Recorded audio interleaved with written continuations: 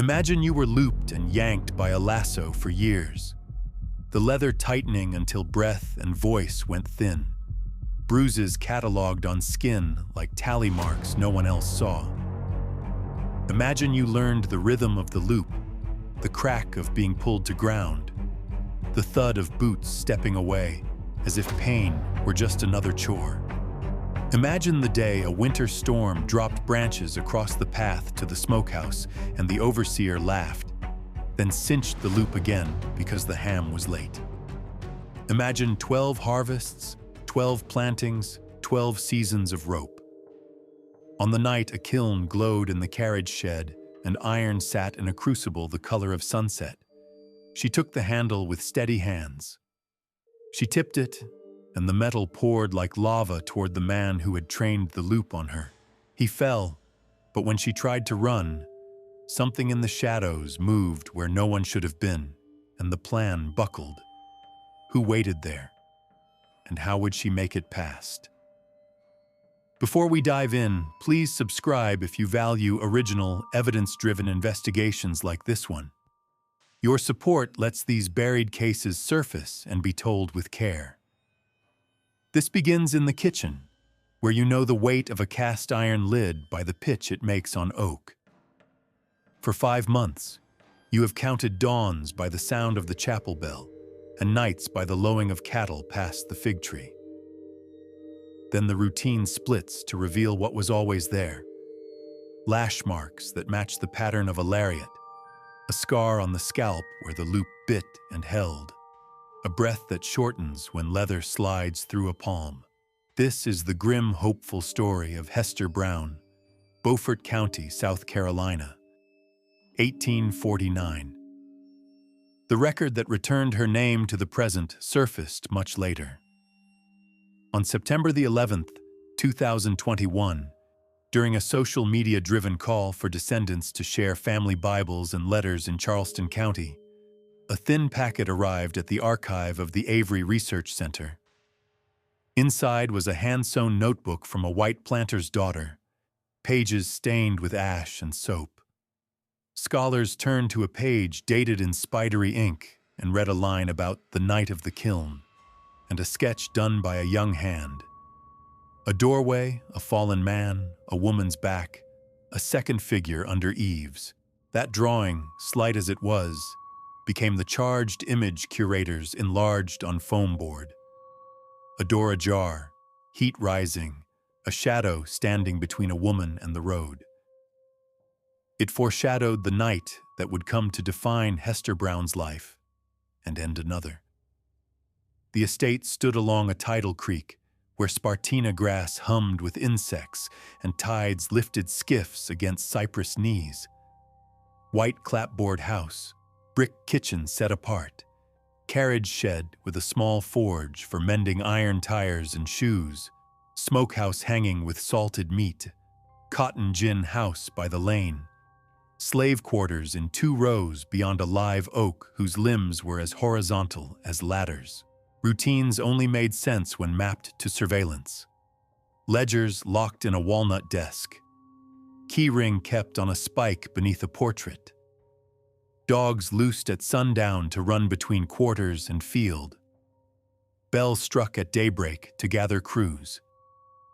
The chapel bell's cradle could be read as a clock. The guard's rotation followed it so strictly that even birds startled on schedule. Hester moved within that system like someone memorizing a labyrinth. Dawn in the kitchen, fire coaxed from embers, kettle heated until lye water could be drawn for soap. Midday at the smokehouse, salt rubbed into cuts of pork. Evenings mending coarse garments by glow of a resin-rich pine knot. She had trained her hands on tasks no one else saw as skill, cutting even lengths with a rusted measuring nail, stacking wood by dryness, judging heat by color when the forge was drawn. Her constraints were plain. She was counted on the ledger as property, her movement marked by who saw her walk past. Her private ritual was small and subversive. Beneath the fig tree, after dark, she'd bury a split of rope, short pieces of lariat and hemp salvage she found near the tack room. pressing them into the cool dirt like seeds, as if the earth might take them and return a season with no rope at all. The harm that shaped her motive was not a single act, but an arrangement of acts compressed into a loop. The master, Silas Kinloch, favored a lasso kept by the barn, braided rawhide, softened with grease so it could slide and tighten. He did not strike so much as cast and jerk, making the rope his instrument and others his lesson. When he drank, the loop became more frequent. When the market went lean, it became more severe. For Hester, the rope slipped around shoulders while she hoisted pots, around ankles when she tried to run between buildings, around waist when she bent to lift a dropped ladle and paused a beat too long. The effect over years was cumulative. Scars under hairline where the crown had slammed a hearth, one shoulder lower than the other, breaths shortened by bruised ribs that never quite mended straight. Antagonists gathered around the estate like weather systems with their own patterns. Silas, the master, held himself upright and sober in the morning ledger, listing cotton bales, salt purchases, iron nails. By afternoon, he drank rum behind the office door, and by evening, he craved spectacle. Vice. Pride through humiliation, a control that made a theater of restraint devices. Method. The lasso suited his preference for distance. Predictable weakness. He believed the ledger fixed the world, and anything not written there could not have consequence. The overseer, Garrett Pike, wore spurs indoors and kept a pair of dogs trained to the scent of tallow and sweat. Vice. Cruelty simplified into rules, a delight in making little traps. An axe placed half an inch off its mark to blame clumsiness. A bucket left in a doorway to punish the one who kicked it. Method. He prized procedures, bell times, whistle calls, and enjoyed catching small infractions. Predictable weakness. Impatience, especially when storms threatened and his routines were tested by weather. Mistress Eliza Kinloch, daughter of a rice planter upriver, did not touch the rope but managed the domestic economy with severity. Vice. Miserliness with cloth and food, suspicions that fermented into lists of petty thefts. Method. Surveillance through inventory. She weighed flour bags, counted candles. Predictable weakness. Vanity masked as piety. The need to be seen as blameless by neighbors in church, which meant she concealed scandal at any cost. A neighbor, Ezekiel Brandt, loaned out his blacksmith once a week and came to drink with Silas on market days. Vice. Gambling, which made him careless with secrets. Method. Easy talk in the office with the door tilted open, letting information slip like ash through a grate. Predictable weakness. Debt that made him barter away caution when he needed favors.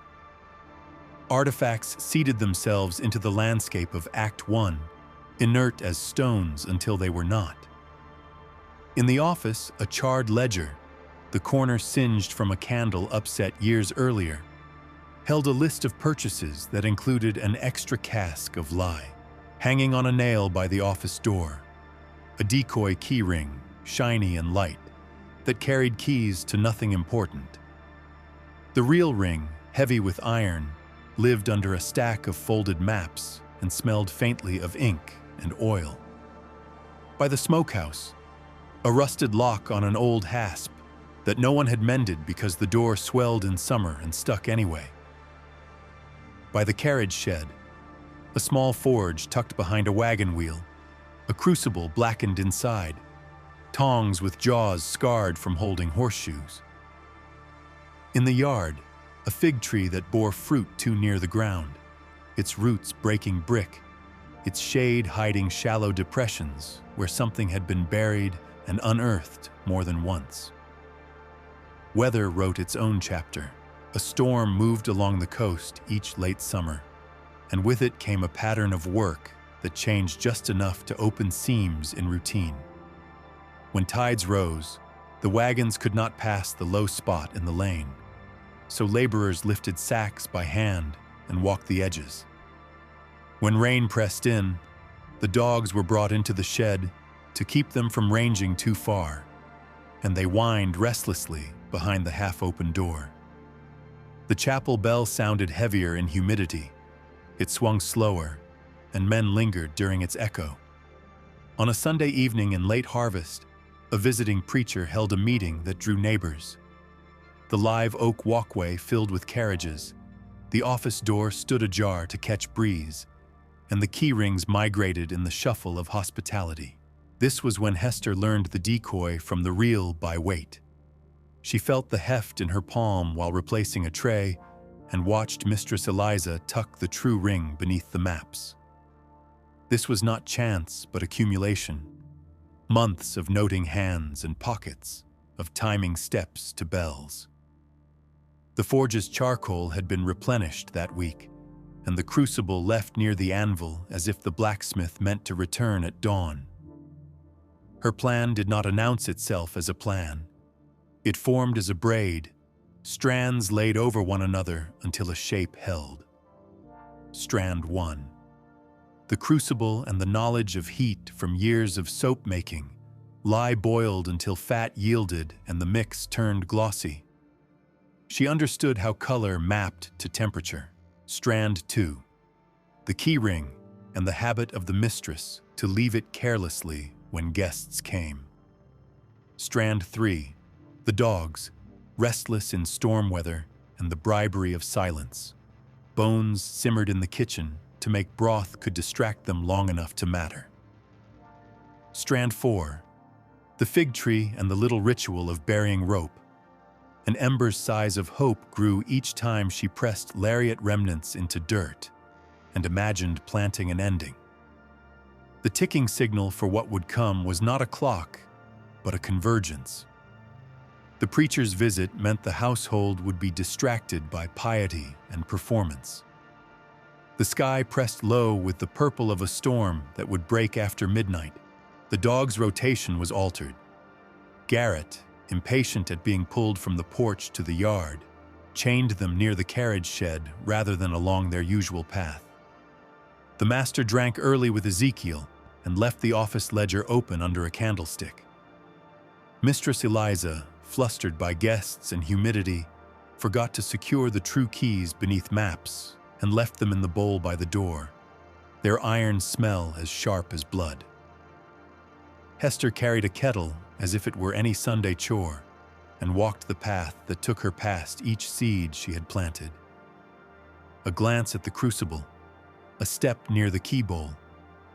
A slip of broth-coated bone dropped close enough to the dogs that they busied their mouths and set their noses to the ground. The bell marked the evening prayer, the last pass of the hands through the house before the night. In that window, when the air thickened with the storm's first breath, when men loosened collars and dogs chewed, the estate's surveillance flickered. A plan aligned with the physics of the place, heat that could be judged by color, iron that could be poured when it glowed, a door that stuck in damp weather, keys left in a bowl that waited for a practiced hand, and a fig tree dense enough to shade a body moving along the fence line. The rope, the object that had made a life into a loop, lay coiled on a peg in the barn. Its shadow on the wall looked like a noose stretched into a smile. By the time the first fat drops hit the yard, the crucible would be in the forge, charcoal breathing, tongs within reach. The decoy keys would be where Mistress Eliza expected to feel them later, a small assurance that led nowhere. The real ring would be pocketed beneath an apron, and Hester, mapping each footfall to the bell's memory, would be ready to tip heat into a world that had used heat against her since birth. Somewhere under the carriage shed Eves, a second figure, neither guest nor family, liked to watch how a household loosened when it believed itself devout and safe. That presence did not yet have a name in the ledger, but it would. The storm would give the night texture. The chapel bell would lend intervals. The fig leaves would tremble with rain, shaking loose the scent of green fruit and damp earth. And the lariat, buried in pieces at the roots, would begin to mean something else. Not only the instrument of harm, but the mark she had turned into a countdown. Rain moved across the yard in sheets that sounded like seed poured onto tin. The first task lived in the kitchen, where heat could be claimed without notice. Hester lifted the lard kettle from its trivet and skimmed the broth she had set to distract the dogs. Bones slick with collagen went into a wooden pail. The hearth's heartwood coals pulsed the same low red she had learned to trust when lie threatened to scorch. She tested the draft with her palm, reading heat the way a seamstress reads a hem by touch. When the wind shifted, smoke leaned toward the door. That meant the carriage shed's forge would draw clean. She racked the kettle to a cooler bar, hooked the pail to her forearm, and walked out along the covered path, apron damp from steam and rain. The forge sat where wagon tongues pointed like sleeping animals. She had swept the floor earlier with a pine broom, clearing ash down to packed earth. Charcoal waited in a bucket, dry under a plank. She shoveled it into the fire pot, struck a spark from flint, then fed air through bellows until the charcoal roared. Color changed from cherry to a yellowed white at the edges, the scale on the tong's jaws gleaming. She eased the crucible into the nest and placed a handful of broken scrap at its mouth. Bent brads, a cracked buckle, iron nails from a crate lid. The crucible accepted weight with a dull note. When she pressed the bellows again, the flame turned hard. She watched until the metal slumped, then smoothed, then grew viscous and reflective, a color she had only seen when soap veered from cream to bright gloss. She read the threshold in her bones and did not look away. Outside, the dogs whined against their chains, then settled as the pail of bones knocked on the shed's threshold. She tipped one bone toward each snout, then another and another, pushing them across the dirt so noses would chase and teeth would busy themselves with gristle. Rain made their paw prints star-shaped in the dust before washing them to dark smears. Garrett's whistle sounded once from the porch, impatient. The dogs ignored it. Hester set her body as if she were simply shifting fuel, as if this were one more necessary warm place on a wet night. The second task lived in the office, which humored the weather by keeping its sash open a hand's width. The decoy keys hung where guests could admire their shine. The true ring had been left in a shallow bowl, iron odor cutting through beeswax and damp paper. Mistress Eliza, harried by the preacher's visit, had abandoned her usual habit of covering the bowl with a folded map. Hester stepped to the threshold with a tray, paused to let rainwater drip, and measured the distance between desk and door. She set the tray on a side table, lifted the bowl as if to dust under it, and slipped the heavy ring beneath her apron. The decoy clinked softly when she replaced the bowl. On the ledger's open page, the master had left a list of cotton weights and rum purchases. In the margin, a dark fleck sat where a fly had been smashed days earlier. The page's corner bore the old scorch mark. She lowered the sash by a fraction and moved away before the candle flame could gutter in the incoming air. From the main room came the dull murmur of piety and performance. The house imagined itself watched by heaven, and so stopped watching itself. She returned to the kitchen long enough to ladle broth over leftover cornmeal and drop spoonfuls near the shed so scent would outweigh thunder. The dog's chains scraped once, then quieted to the rhythm of jaw and breath. On her next pass, she tucked a short wedge beneath the kitchen door to keep it from slamming when the wind surged. The wedge would be important later, when running would require doors to obey more quickly than fear could make hands work. The third task took place in the smokehouse, where salt and fat made the air thick. A rusted lock sat on a swollen door no one properly secured. She used the true ring to work the old key once, twice, until it gave. Inside, hooks bore hams like sleeping torsos. A butcher's saw leaned against the wall. She moved methodically, taking twine, a small knife, and a length of sturdy dowel. Nothing appeared disturbed when she left. The saw's teeth left a dry glitter on the floor that would read, to a hurried eye, like ordinary salt. Set piece met set piece because the place mapped that way. Hester carried the true ring past the fig tree, where shallow pits had been scooped and pressed flat many times. She slipped 2 keys into one of the small graves, covered them with wet soil, and pressed the heel of her hand down until water glazed the surface. If caught, she would not be found with a full set. If forced, she could retrieve them later in dark. The wedge of storm made time feel thick and elastic, but the bell in her mind still counted. Inside the shed, the crucible had reached that steady, terrible brightness that meant the window would be narrow. She gripped the tongs, tested the weight, and lifted the crucible to the lip of the firepot. The metal's skin shook once like breath.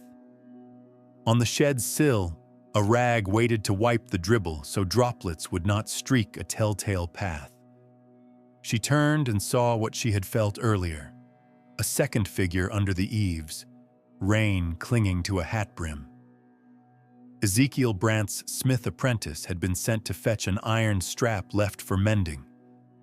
The boy stood still, half shadow drawn by the forge's living color. He should have returned before supper. Now he was here, in the exact place where a witness could be made by accident into accomplice or threat. He could have spoiled everything by running toward the porch. He did not run. He watched the way hands and heat spoke to one another, and seeing the dogs eating, did not cross the threshold. Hester set the crucible back for one more breath of bellows, then took the butcher's dowel from the smokehouse and wedged the shed's door at a slight angle so it would not slam or stick. This was the procedural flaw that almost broke the night. A draft she had not sensed earlier pulled across the yard and made the forge draw too fast. The metal flirted with a temperature that would spit fierce when disturbed. She adjusted for it by easing the bellows and counting heartbeats. The wind eased. She lifted again. The night's fourth space was the yard itself, now a shallow basin collecting rain. She planted her feet where packed earth held under weight. She knew the master's routes.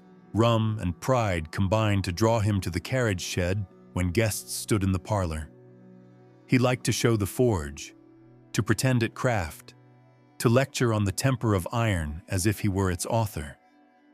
He also liked to remind Hester of the loop when surprise could make humiliation take root. A lariat hung on a peg inside the barn, softened with grease. He would pass by it, thinking of tricks that made distance into power. She could time it. She did. The counter move came not from him, but from Garrett. The overseer, irritated by the storm, rechained one dog closer to the shed after noticing gnawed bones. He kicked aside the broth-slicked pail and pushed the dog's chain so the animal could lunge further into the passage. Its shoulder hit the door, and the wedge held. The chain scraped. Hester pretended to adjust roasting hooks inside the kitchen. When Garrett moved off to curse the rain under his breath by the porch rail, she slipped back, broke a bone in half with a stone like a nut, and fed the 2 halves to either side, drawing the dog's attention. The chain slackened with the dog's new angle. The wedge in the kitchen door glowed in her mind as a little promise that some objects obey if given clear instruction. Inside the house, the preacher sang with a thin fervor and Mistress Eliza counted the number of candles left in the drawer, her vanity satisfied by the neatness of lists. In the office, the ledger sat under its candlestick, a page exposed to damp and ash. A blot crescented at the margin where the char touched it. Invisible in that moment, but fixed for later, was a smear along the desk's edge where wet apron and iron brushed wood. When archivists would read it, they would see in the magnified grain how water and soot had tattooed the line.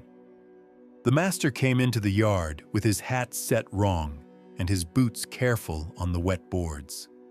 He carried the decoy ring like an ornament, letting it swing. He moved toward the shed because habit told him heat made a man look competent before other men. He shouted for Hester in the tone he used when he wanted to feel the rope tug with nothing to pull against yet. She heard his steps cross the threshold. The apprentice froze under the eaves, a breath held until it hurt.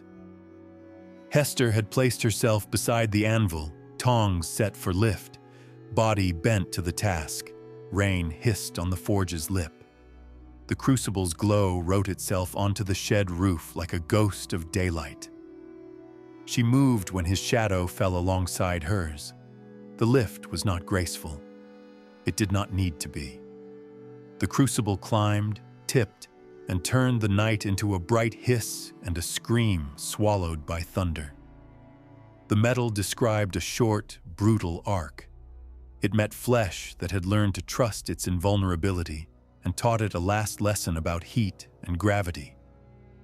The smell was chemical first, then animal, then something no one wants to name. He fell backward into the beam of the door, knocking the wedge loose so the shed door swung wider, as if to broadcast what had happened.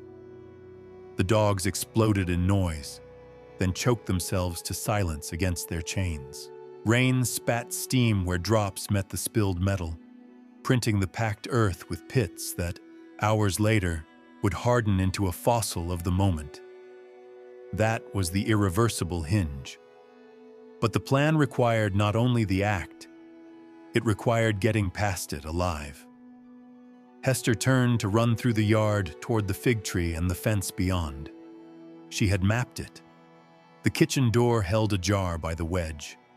The path between garden rows firm enough to carry speed. The quarter road shadowed by the live oak. As she pivoted, the shadow that had been only an outline under the eaves stepped into her way. The apprentice, eyes stung by heat, had shifted without intention to the exact angle that blocked her from the quickest route. He did not raise a hand. He became an obstacle just by being where he was. Hester adapted in the space of a breath. She abandoned the straight line and cut right, skirting the rain barrel, then slid through the narrow slot between smokehouse and shed where the ground dipped. Her foot found a rut. She went to a knee, palms to mud. The tongs clanged once on the anvil where she had dropped them. In the house, chairs scraped. The preacher's voice failed to carry its own next note. Garrett's boots hit the porch steps with the punctuation of a man who believes his procedures will be enough. She forced herself upright and ran the contour she had not practiced because it required improvisation. Behind the smokehouse, a lean-to stacked with cordwood made a dark corridor. She moved through it, counting by the bell that no longer rang but still lived in her timing. The fig tree ahead offered its low limbs as camouflage. She went to ground beneath it, hand finding the little grave where she had hidden keys. Mud swallowed her knuckles and gave them back iron. She gripped the two cold shapes as if they were proof that earlier decisions could protect later bodies. Garrett reached the shed and saw what the rain did not completely hide. He turned, gagged without noise, then found his whistle and blew until breath ran out. The sound cut the yard into slices. The dog's chains jerked. Mistress Eliza's candle tipped smoke into the hall. The apprentice took 2 steps back and left a clear set of prints the shape of elongated commas heel to toe, that would dry in the shed's draft and later tell the story of watching and retreat. Hester's prints forked. One path through the corridor, one ghost trail erased by the sheeted rain. She crawled along the fence, tucked her apron into her waistband, and squirmed under the bottom rail where the earth had hollowed from pigs rubbing against it. Beyond the fence, the quarter road ran toward the swamp, where cypress knees break the water's surface like knuckles. A lookout, an elder who pretended to sleep on his stoop during storms, coughed once, then shifted his chair to narrow the view down the row. Children peered from door cracks widened by wet wood. No one called. Community logistics worked at the scale of eye and breath, not of shouts. A girl passed a gourd dipper to a boy without touching his hand, a sign that later would read like a ritual. Hester kept low until the live oak's limb hid her from the house, then rose into a crouch that let her run with silence. The counter-move tightened behind her. A rider would go for the militia. A neighbor would hitch a wagon in rain. The master lay in the doorway of the shed, body folded where iron and earth decided together to stop it. The crucible, overturned, cooled toward black with a crust the color of rust and ash. The ledger in the office waited with its open page, a tally fixed and now irrelevant. The wedge that had held the kitchen door lay in a puddle like a little bar of failure, and the fig tree, heavy with wet fruit, exhaled the scent of green sweetness into a night that had tasted mostly of iron and thunder. Morning light struck the estate like a blunt instrument, washing the yard in pale color that made every trace too visible.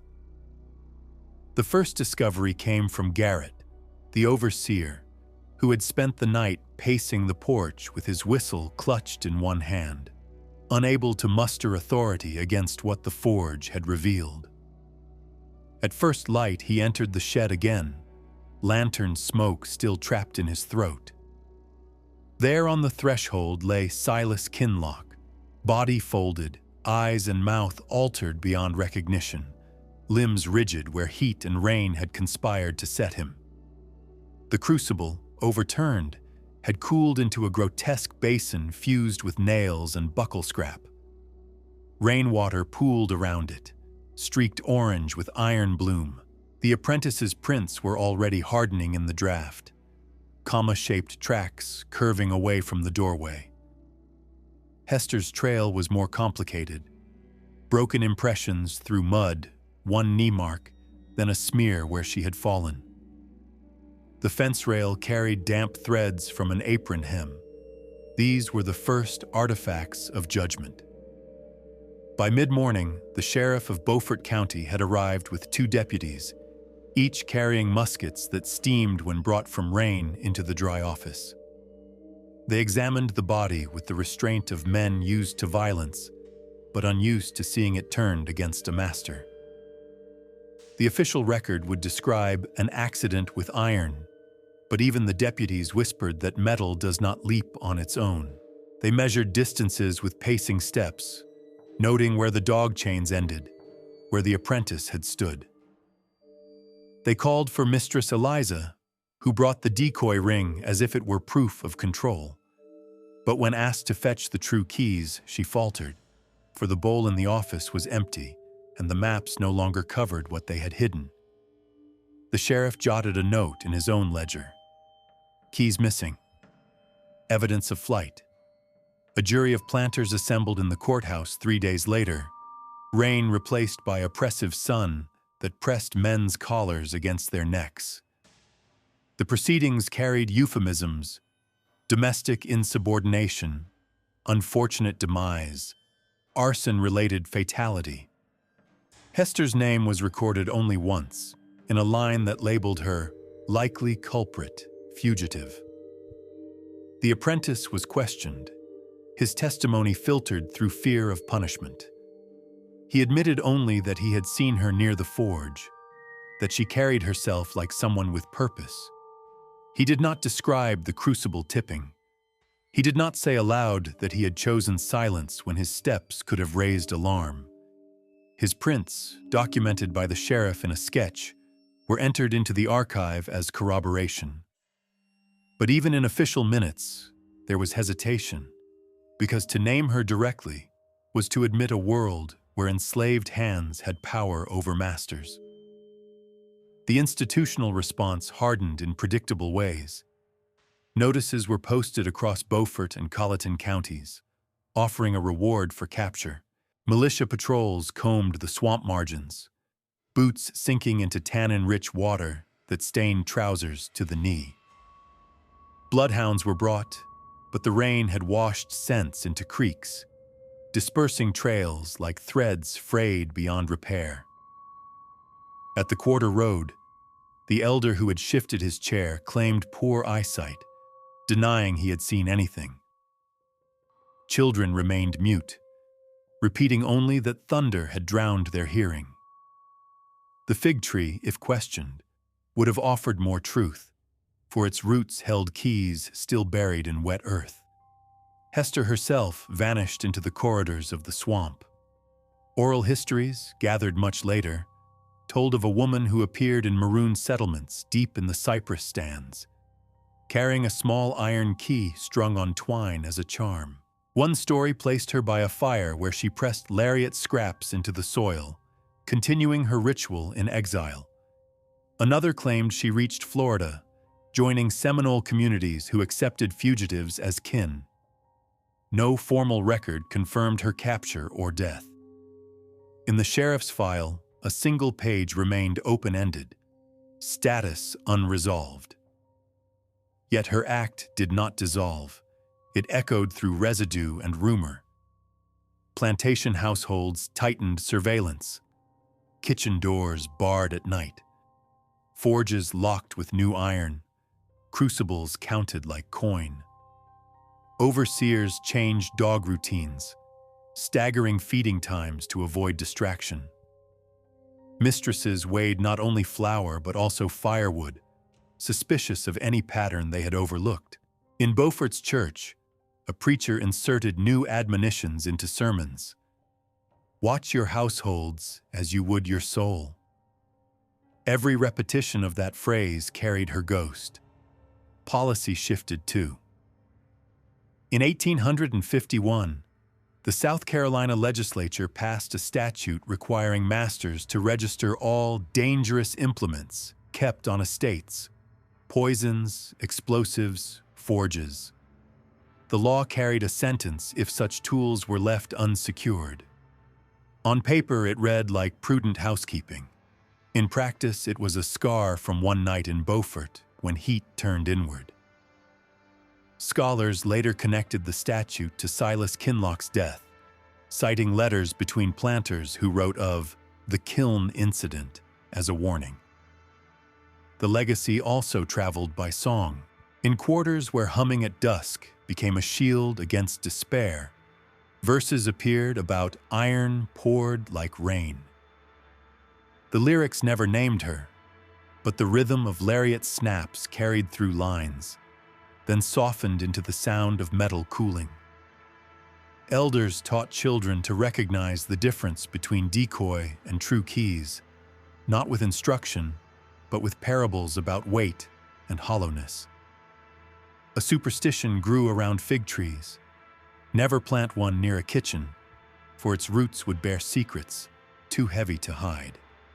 Decades later, when Union troops occupied Beaufort in 1862, soldiers found ledgers in Kinloch's abandoned office. Among them was the volume with the singed corner, the page where Silas had tallied cotton and rum. In the margin, archivists noticed faint discoloration where a wet apron had touched paper, streaks invisible at first, but clear under magnified light. They matched the mineral composition to swamp soil, rich in iron, unlike the yard's clay. It suggested that Hester, fleeing, had touched ledger and soil in the same night. The discovery reframed the past as not only one of brutality, but of resistance calculated with forensic precision. The final echo belonged to the fig tree itself. When the estate fell into ruin, its limbs spread unchecked, dropping fruit that soured in grass.